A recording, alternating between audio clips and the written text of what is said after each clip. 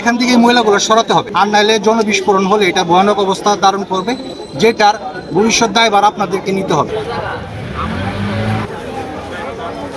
এটা আমাদের দাবি, এখানে যে ময়লা আবর্জনা, এটা আমাদের পলাশরের যে ময়লা আবর্জনা, এখান থেকে আমাদের যে নোংরা অবস্থায় দুর্গন্ধ, ডেঙ্গু আক্রান্ত পানি যে ডেঙ্গু হইতেছে, ডেঙ্গু থেকে আমাদের এলাকায় প্রায় 40 জনের মতো ডেঙ্গু আক্রান্ত হয়েছে এবং আজকে 3 জন লোক মারা গেছে।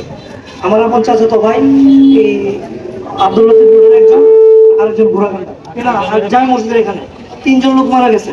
আমরা চাই এখানে ময়লা আবর্জনা এখান থেকে উচ্ছেদ করাও। পরিচ্ছন্ন পৌরসভা চাই। এখন আমরা পৌরসভার কাছ থেকে পাচ্ছি হলো পৌরসভা আবাসিক এলাকাকে ডাস্টবিনে পরিণত করছে। এখান থেকে ময়লাগুলো সরাতে হবে, কারণ এখানে কি আপনারা ডাস্টবিন রাখবেন নাকি এই সমাজের মানুষগুলোকে মৃত্যুর মুখে ফেলে দিবেন? এটা হলো আপনাদের পুরাটা আপনাদের নৈতিকভাবে দায়িত্ব। এখন আমাদের যেটা হাতে আছে আমরা অবরোধ করা প্লাস এখানে দুইটা কথা বলা, এটাই আমরা পারবো।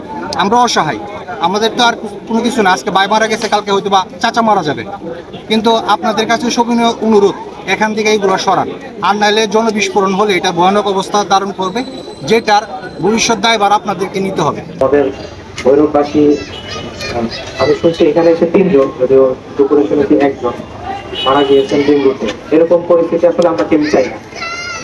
এটা আসলেই অত্যন্ত হতাশাজনক এবং দুঃখজনক একটা বিষয়, যেটা আমি স্বীকার করে নিচ্ছি অবশ্যই।